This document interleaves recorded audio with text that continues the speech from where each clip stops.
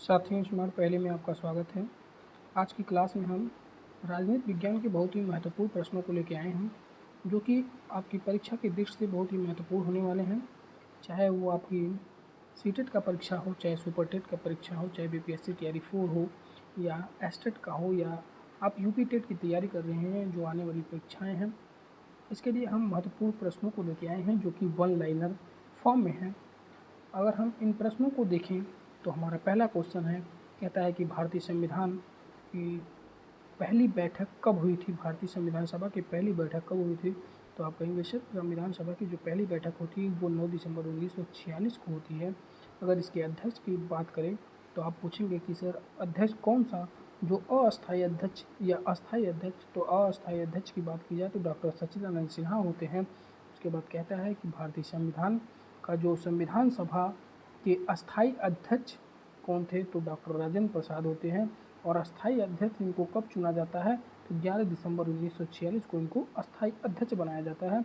उसके बाद कहता है कि जो प्रारूप समिति है के अध्यक्ष कौन थे? तो आप कहेंगे सर, प्रारूप समिति के अध्यक्ष डॉक्टर BR अम्बेडकर हुआ करते थे। अगर प्रारूप समिति की बात करें तो इसमें सदस्यों की संख्या कितनी थी? तो इसमें सदस्यों की संख्या 7 हुआ करती थी। अगर आपसे पूछा जाए कि भारतीय संविधान को कब अंगीकृत किया गया था, तो 26 नवंबर 1949 को क्या किया गया था? इसको अंगीकृत किया गया था। और इसको पूर्ण रूप से लागू कब किया जाता है? 26 जनवरी 1950 को इसको पूर्ण रूप से क्या किया जाता है? लागू किया जाता है। उसके बाद अगर आपसे पूछ ले कि मौलिक अधिकार किस देश से लिए गए हैं, तो अगर मौलिक अधिकार की बात करें तो ये संयुक्त राज्य अमेरिका जो कि उससे लिए गए हैं। और भारतीय संविधान के भाग 3 और अनुच्छेद 12 से लेकर 35 तक मौलिक अधिकारों की बात की जाती है। उसके बाद कहता है कि भारत का जो राज्य के नीति निर्देशक तत्व है, जिसको हम DPSP के नाम से जानते हैं, ये किस देश से लिए गए हैं? तो आप कहेंगे सर यह आयरलैंड से लिए गए हैं। अगर आपसे पूछ दे कि भारतीय संविधान में जो DPSP है, नीति निर्देशक तत्व है, इसका प्रावधान किस में है? तो आप कहेंगे सर भाग 4 में है। और अनुच्छेद 36 से लेकर 51 तक क्या किया गया है? राज्य के नीति निर्देशक तत्वों की बात की जाती है। उसके बाद कहता है कि डॉक्टर BR अम्बेडकर किस अनुच्छेद को संविधान की आत्मा और हृदय कहा? तो अनुच्छेद जो 32 है उसको डॉक्टर BR अम्बेडकर ने संवैधानिक उपचारों का अधिकार भी कहा है। इसको संवैधानिक उपचारों का अधिकार भी कहा है। उसके बाद कहता है कि जो मूल कर्तव्य किस संशोधन द्वारा किसकी सिफारिश पर जोड़े गए? तो मूल संशोधन जो है ये 42वें संविधान संशोधन 1976 द्वारा सरदार स्वर्ण सिंह समिति की सिफारिश पर क्या किया जाता है? जोड़ा जाता है। और किस में जोड़ा जाता है? अनुच्छेद 51A में जोड़ा जाता है। उसके बाद कहता है कि वर्तमान में भारतीय संविधान में कितनी अनुसूचियां हैं? तो भारतीय संविधान में 12 अनुसूचियां हैं, जबकि जब मूल संविधान जो बना था उसमें 8 अनुसूचियों का प्रावधान किया गया था। उसके बाद कहता है कि जो संविधान की 8वीं अनुसूची का संबंध किससे है? तो 8वीं अनुसूची का संबंध 22 मान्यता प्राप्त भाषाओं से है। उसके बाद कहता है कि भारत के राष्ट्रपति को पद एवं गोपनीयता की शपथ कौन दिलाता है? तो भारत के मुख्य न्यायाधीश, जिसको हम CJI के नाम से जानते हैं, उसकी शपथ दिलाता है। उसके बाद राष्ट्रपति पर महाभियोग की प्रक्रिया किस अनुच्छेद के अनुसार लगाई जाती है? तो अनुच्छेद 61 के हिसाब से क्या की जाती है? राष्ट्रपति पर महाभियोग की प्रक्रिया लगाई जाती है। उसके बाद कह रहा है कि संसद के दोनों सदनों की संयुक्त बैठक की अध्यक्षता कौन करता है? तो साथियों, संयुक्त बैठक की अध्यक्षता लोकसभा अध्यक्ष करता है, जबकि इसको बुलाता कौन है? तो राष्ट्रपति इसको दोनों सदनों को ज्वाइंट सेशन लेता है, जबकि किसके हिसाब से लेता है? तो अनुच्छेद 108 के प्रावधान के हिसाब से लेता है। उसके बाद कह दे कि कोई विधेयक धन विधेयक है या नहीं है। कोई जो धन विधेयक है उसको धन विधेयक माना जाएगा कि नहीं माना जाएगा, तो इसका निर्णय कौन करता है? तो इसका निर्णय लोकसभा अध्यक्ष करता है। और किसके हिसाब से करता है? अनुच्छेद 110 के हिसाब से करता है। उसके बाद अगर आगे आपसे पूछ ले कि जो राज्यसभा का पदेन सभापति कौन होता है, तो आप कहेंगे सर राज्यसभा का पदेन सभापति उपराष्ट्रपति होता है। लोकसभा सदस्य बनने के लिए न्यूनतम आयु कितनी होनी चाहिए? तो लोकसभा अध्यक्ष बनने के लिए हमको, सदस्य बनने के लिए 25 वर्ष के आप रहेंगे तो सांसद बन जाएंगे, सांसद चुने जाएंगे। जबकि अगर राज्यसभा की बात करें तो राज्यसभा की 30 वर्ष, और राष्ट्रपति या राज्यपाल बनने के लिए आपको कितनी वर्ष की आयु पूरी करनी होगी? 35 वर्ष की आयु पूरी करनी होगी। उसके बाद कह रहा है कि जो मुख्य चुनाव आयुक्त का कार्यकाल कितना होता है? तो या तो वो 6 वर्ष तक अपने पद पर बने रह सकते हैं, या फिर 65 वर्ष की आयु जो भी इसमें से पहले पूरा होता है उसी के हिसाब से उनको सेवा मुक्त कर दिया जाएगा।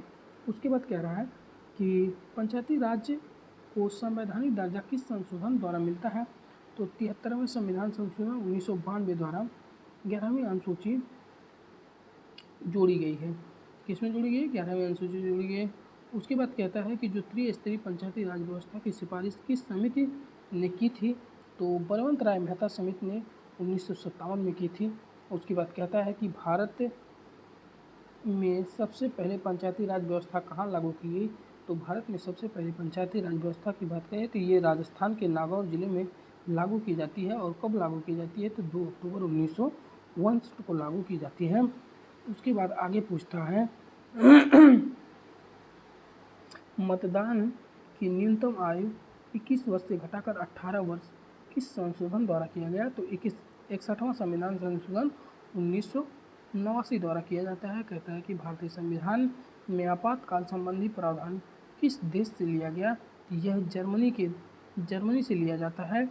और ये किस अनुच्छेद में है आपातकाल, तो अनुच्छेद 52, 56 और 360, 352, 356 और 360। उसके बाद कहता है समान नागरिक संहिता, जिसको हम यूनिफॉर्म सिविल कोड के नाम से जानते हैं, इसको EUCC भी बोलते हैं, अनुच्छेद किस में वर्णित है, तो अनुच्छेद 44 में वर्णित है। कह रहा है कि शिक्षा का अधिकार किस अनुच्छेद के तहत मौलिक अधिकार है, तो अनुच्छेद 21A के तहत मौलिक अधिकार है।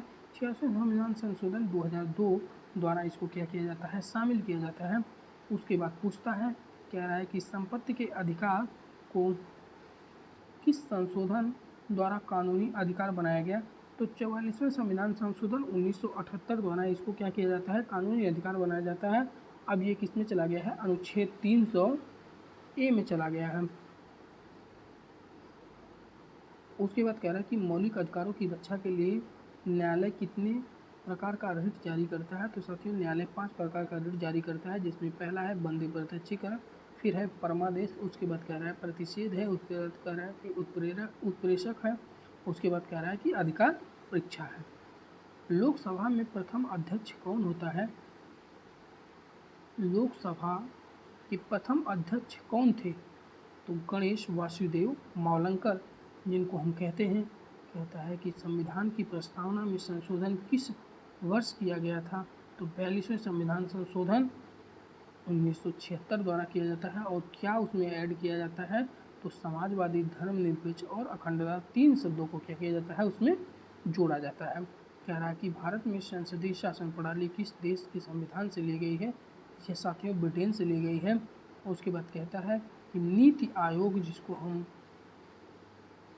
NITI आयोग के नाम से जानते हैं, नीति आयोग जिसको हम बोलते हैं, के अध्यक्ष कौन होते हैं, कहता है कि भारत के प्रधानमंत्री होते हैं। यही हम साथियों इसको बता दें, नीति आयोग को हम क्या कहते हैं, योजना आयोग भी कहते हैं।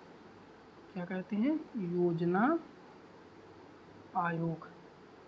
ठीक, नीति आयोग से पहले इसका क्या नाम था, इसका नाम योजना आयोग था साथियों। उसके बाद कहता है कि ये भारत के प्रधानमंत्री इसके क्या होते हैं, अध्यक्ष होते हैं। इसकी स्थापना 1 जनवरी कब की जाती है, 1 जनवरी 2015 को योजना आयोग के स्थान पर की जाती है। साथियों अगर आप चैनल पर नए हैं तो चैनल को सब्सक्राइब करें, लाइक करें और वीडियो को शेयर करें। और हम जो भी टॉपिक लेके आते हैं, जो भी क्वेश्चन लेके आते हैं, बहुत ही महत्वपूर्ण प्रश्नों को लेके आते हैं। हम आपसे बहुत ही ईमानदारी से बताना चाहते हैं कि ये सारे प्रश्न आपकी परीक्षा में सेम वही प्रश्न आने वाले हैं जिस प्रश्न को हम पढ़ा रहे हैं। तो इसलिए आप इस क्लास को देखना ना भूलें। इसी के साथ मैं अपनी क्लास को समाप्त करता हूँ। अगर वीडियो में कोई भी त्रुटि हुई हो या कोई भी आप सुझाव देना चाहते हैं तो आप कमेंट करके, या कोई आपका प्रश्न हो तो आप कमेंट में पूछ सकते हैं, जिसमें हम अगली वीडियो में आपके जवाब को देने का प्रयास करेंगे। धन्यवाद साथियों।